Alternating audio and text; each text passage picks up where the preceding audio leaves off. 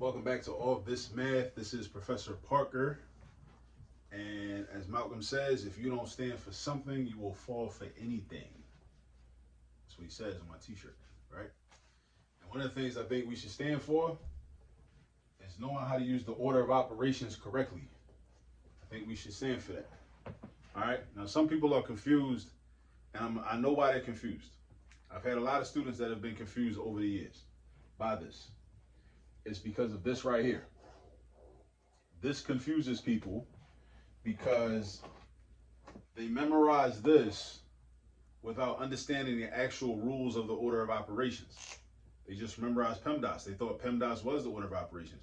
PEMDAS is not the order of operations. PEMDAS is a mnemonic device used to remind us of the order of operations. Meaning the order of operations has more details to it than just this. If you rely solely on PEMDAS, what you're going to be thinking is that you should always multiply before you divide. You should always add before you subtract. That's not true, right? Also with PEMDAS, how does this P address brackets and braces, right?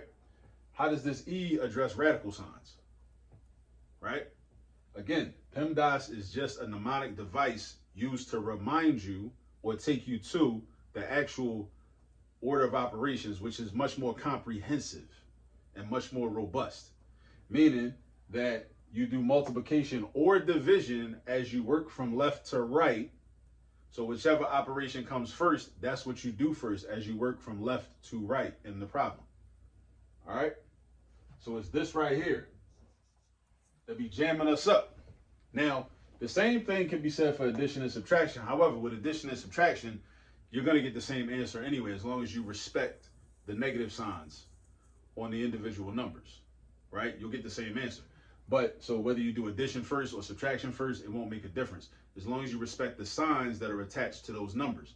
But with multiplication and division, you'll likely get a different answer if you multiply first versus dividing first. All right, so now let's look at this problem. This says 8 divided by 2 times the quantity of 2 plus 2. So in this particular problem, we should work out 2 plus 2 first, because 2 plus 2 is inside of a grouping symbol, right? So the P in PEMDAS is meant to remind us that we should do work inside of parentheses, braces, or brackets first, because we see parentheses here, and the parentheses are used as a grouping symbol. That's another thing that be jamming people up, because people don't also realize that sometimes parentheses are used to represent multiplication only. Right? They're not used as grouping symbols. So, you know, it's kind of like with street slang we use. Like, you can ask somebody if they good, but if you good can mean different things. Like, it can mean you're being compassionate because you have a concern about their well-being and their welfare. Or you could be like, you know, asking if they good, like, yo, why you looking at me like that? Is there a problem? Right?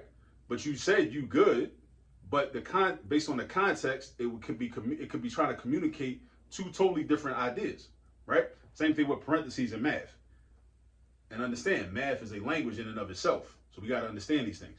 So anyway, 2 plus 2 is what we're going to do first, right? Because that's inside of a grouping symbol. So 2 plus 2, and that's going to be 4. So then we're going to have 8 divided by 2 times 4. Notice I still got the 4 in parentheses, right? So now we got to make decisions. See, I like order of operations because it enables us to make decisions. You got to make decisions. All right? You got to make correct decisions. So now we got to decide. I got 2 operations left. I got division and I got multiplication. Now I got to decide what I'm going to do first, right? Or what I'm going to do next.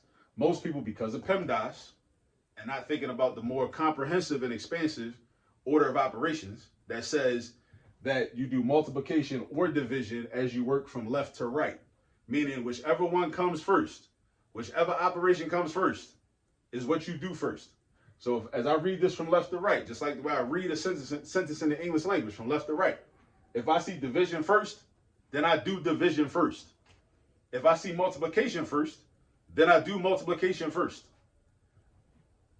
PEMDAS got y'all thinking, some people, respectfully, that they should always multiply first because the M is before the D. Again, PEMDAS is just a mnemonic device meant to remind you of the actual rules of order of operations, right? You can't have a mnemonic device that's going to include a letter for as you work from left to right. That would defeat the purpose. It'd be too long. So that's why we use PEMDAS. But you have to still know, it should remind you of the actual rules, the actual explicit, specific rules. All right? As you work from left to right. So as I work from left to right, I see division first. So that's what I do first. Right? Because division and multiplication have the same ranking. They're equally as important. Right? So I'm gonna do 8 divided by 2.